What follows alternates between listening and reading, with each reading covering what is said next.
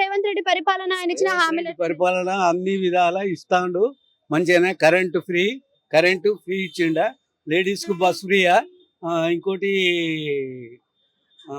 అదే గ్యాస్ పైసలు పడుతున్నాయా. ఆయన చేసే పరిపాలన చాలా బాగుంది. అంటే అవన్నీ అందరికి పడతలేవంటారు. అది ఎవరికో కొందరు అంటే ఇవైతే అది గ్యాస్ పడతలేవు కావచ్చు కొందరికి, కొందరు పడుతుంది. కరెంట్ బిల్ ఫ్రీ అందరికి ఫ్రీ వస్తుంది. బస్సులలో లేడీస్ ఫ్రీగానే తిరుగుతాను.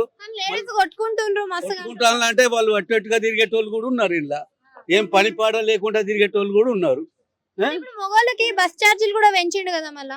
ఇంకా పెంచలే కదా, పెంచుతాడు. 10 రూపాయలు పెంచిండు. పెంచేయండి. మరి ఎవరు చేస్తారు? వీళ్ళంతా ఎట్లా పడుతుంది? ఆయన ఒక్కటి చేస్తాడా? 5 ఏళ్ళు 10 ఏళ్ళు చేసి వాళ్ళు ఏం చేసేళ్ళు? ఆటో వాళ్ళకి 14 సంవత్సరానికి 12,000 ఇస్తానన్నాడు. ఇవరిదాకా 1 రూపాయి ఇట్లా రాలేదు అని చెప్పేసి ఆవేదన పడుతున్నారు. మెల్లగా అన్ని కుదుర్చుకోవాలి కదమ్మా. ఇప్పుడు మనం సంసారంలో వేరుపడ్డాక ఒకేసారి చదువుతామా? అంటే 2 ఏళ్ల పరిపాలన అయిపోయింది కదా. అయిపోయింది. వాళ్ళు 10 ఏళ్ళు చేసి ఏం చేసిండు? ఆయన అన్నాడు ఎకరం భూమి అన్నాడు, ఇంచుకో ఉద్యోగం అన్నాడు, అది ఏంది ఇండ్లు ఇస్తారన్నాడు. ఏమిచ్చిండు? ఏం లేదు.